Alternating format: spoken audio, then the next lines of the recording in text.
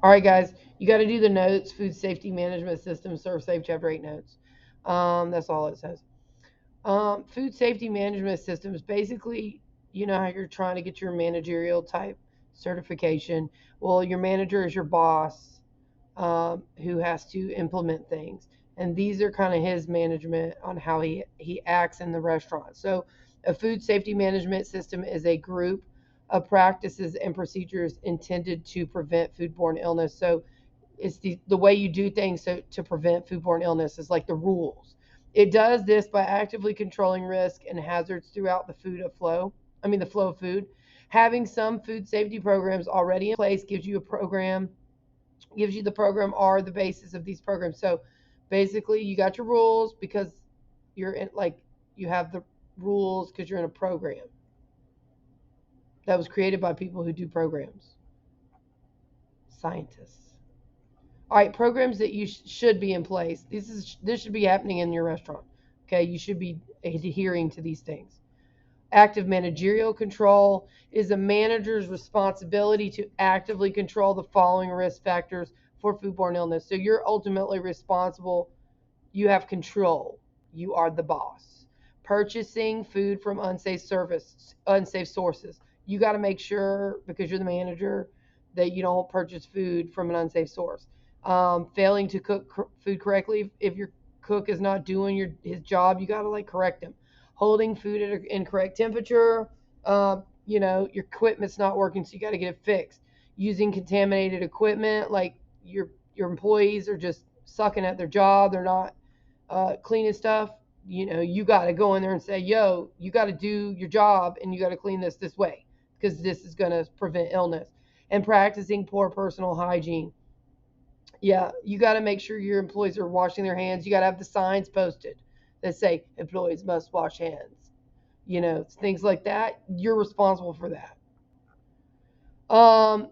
You are proactive, not reactive. So when somebody does something like, not wearing gloves when they're handling food, you're going to say, hey, you might want to wash your hands and put some gloves on. You don't want to yell at them and go, what are you doing? You can't do that. That's horrible. You need to be chill. You need to be proactive, actively just, hey, yo, can you please go wash your hands, put gloves on? That's how we do it. That's the rules. Kind of being mellow about it. Risks are anticipated and planned for. So you have a wet floor sign so you don't slip down, or you have all your equipment running at a certain temperature so that whenever you put it in there, it's held at a right temperature, or you have labels that are put on things. You have plans in place to make sure it's not going to be a problem. The FDA says you can have active managerial control by using simple tools like training programs, manager supervision, and incorporated of SOPs, but also by more complex solutions as the HACCP program.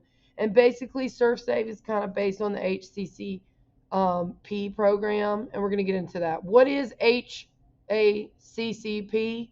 What the heck does that mean? Well, this is what it means. It means hazard analysis critical point control points. Okay, you're basically, hazard is a problem. It's something that's happening that could cause issue. Analysis, you're checking it out. You're making an observation. You're seeing where the problem lies. Critical means things are dire. You got to do this, or something's bad's going to happen. It's critical. It's critical we get the things picked up before somebody gets hurt. Control, y'all know what that means. And point basically is a place where it's happening. Okay, a location. It's based on identifying significant biological, chemical, and physical hazards. Y'all know biological, chemical, and physical are our hazards at specific points within our product flow. We learned that way in the beginning. Once identified, the hazards can be prevented, eliminated, or reduced to safe levels. So we're just trying to avoid them or fix them or make sure they don't happen in the first place. An effective HACCP system must be based on the written plan, which must be specific to the facility's menu. So if you're at a seafood restaurant, you got to have certain guidelines. If you were to work in a fast food restaurant, you got whatever was on your menu, That's how you're going to handle it. Customers, equipment, processes, and operation, how you do things. Okay. Like, say you're a buffet, you got to handle that the way you put the food out, than whether if you're fast cooking it at a fast food restaurant or like Waffle House. That's cooked to order, that's given to you. You got to handle these situations differently. The 7 HACCP principles here. Okay, these are most muy importante. They're very important. Each HACCP principle builds on the information gained from the previous principle, so they're building blocks. So you must consider all 7 principles in order when developing your plan. So you got to go in order, guys. You got to go from 1 to 7. If you don't have the first one, then you don't have the second one. So you got to conduct a hazard analysis. Where are the hazards? Determine critical control points. Okay, where is the critical things happening in the restaurant? Establish critical limits. Establish monitor procedures. Like, what are we going to do if things like this happen, or what are we going to do to prevent these things? Identify corrective actions. If we did it, how are we going to fix it? Verify that the system works. We got to make sure that you got to test it out, and establish procedures for record keeping and documentation. So you got to record all what you're doing. All right, so here's some more. In general terms, the principles break into 3 groups. You got 1 and 2. They help you identify and evaluate your hazards. Okay, that's 1 and 2 is the conduct hazard analysis and determine critical control points. And then principles 3, 4, and 5 help you establish ways for controlling those hazards. So how are we going to control it? We're going to establish critical limits. We're going to monitor procedures. How do we monitor it? And identify how we fix it, or identify corrective actions. And then you got the principles 6 and 7 help you maintain the HACCP plan and system and verify its effectiveness. So this is going to verify that it's actually what you're doing is working, and if it's actually helping anything. Or and then after it works, then you're going to establish a way to do it, or a procedure, and then you're going to record it so that you make sure people know the steps and that you got the data. All right. Principle 1, conduct a hazard analysis. First, you got to identify and assess the potential hazards in the food you serve. So start by looking at how food is processed in your operation. How are we doing it? Here are some common processes you need to assess. You got to prep and prepping and serving without cooking, like salads, cold sandwiches. Y'all know how we do salads and cold sandwiches and things of that nature. Prepping and cooking for same-day service, grilled chicken sandwiches, hamburgers, etc. How are we prepping and cooking it for the day? Are we keeping it in the right way? Are we making sure it's not going in the temperature danger zone? Prepping, cooking, holding, cooling, reheating, and serving, that's all of it all together. Chili soup, pasta sauce with meat. Like if you're making like a recipe, like I'm going to throw all these things together and make some chili, make some soup, make some sauce with some meat. All right, principle 2, determining critical control points, CCPs. Find points in the process where identified hazards can be prevented, eliminated, or reduced to safe levels.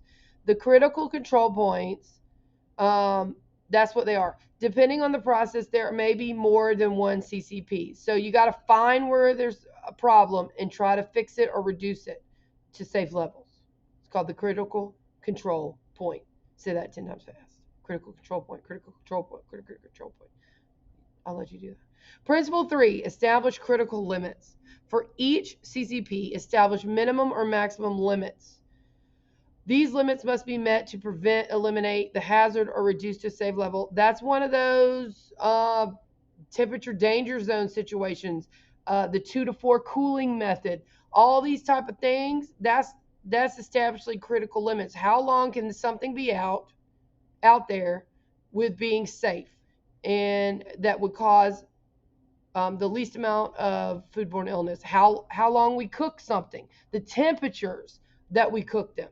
These are all critical limits that we have to figure out to do. Now, principle 4, establish monitoring procedures. Once critical limits have been created, you figured out, hey, I got to cook ground beef to 155. You got to determine the best way for your operation to check them. So how are we checking them? Are we using a thermometer? Are we having a timer to let us know when we go check them? Are we having a sheet to remind us, lists, whatever we got to do. Identify who will monitor them and how often. Who's doing it? How we doing it? Identify corrective actions. Do you remember how you can cool it down to 2 hours from 135 to 70? And if it's not cooled within 2 hours to 70 degrees, that we have to heat it back up and try to cool it down again. That's a corrective action. Okay. You identify steps that must be taken when critical limit is not met. These steps should be determined in advance. Okay. Those are just the rules. Verify that the system works. Determine if the plan is working as intended. Evaluate it on a regular basis. Use your monitoring charts, records, hazard analysis, and determine if the plan prevents, reduces, or eliminates identify hazards.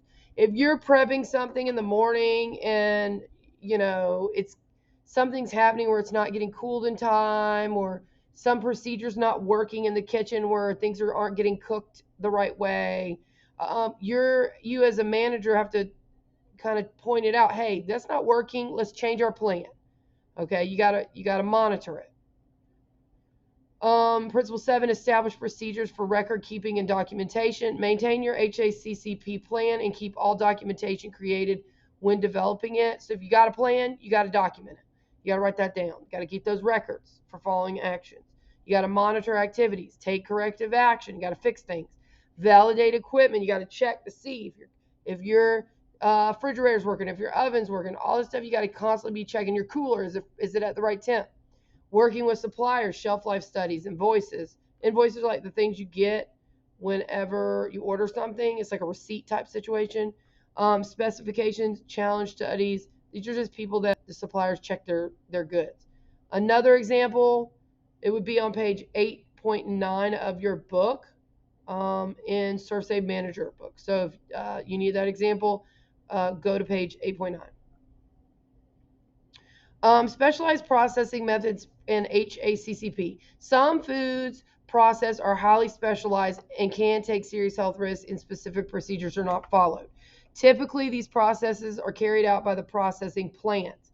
Smoking food as a method to preserve it, but not to enhance the flavor. Using food additives or added components such as vinegar to preserve or alter is no longer so no longer requires time and temperature for safety control. That's your pickles.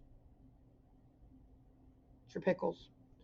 Curing food, you guys know about that. Packing it with salt, custom processing animals. That's taking your deer to the processor. These are also, you need variances. Remember? Keyword variances. These are all specialized processes. Packaging food in reduced oxygen packaging, ROP. That's that vacuum pack stuff. This includes MAP, vacuum packed, and sous vide. Remember we watched the video on sous vide food. Treating juice on site. You guys all know this. Sprouting seeds or beans.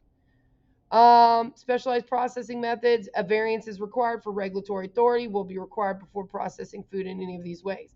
HAC plan may also be required if the process method carries a higher risk in causing illness. Let's review. I'll review with you guys later. Go ahead and finish your notes today. Thank you.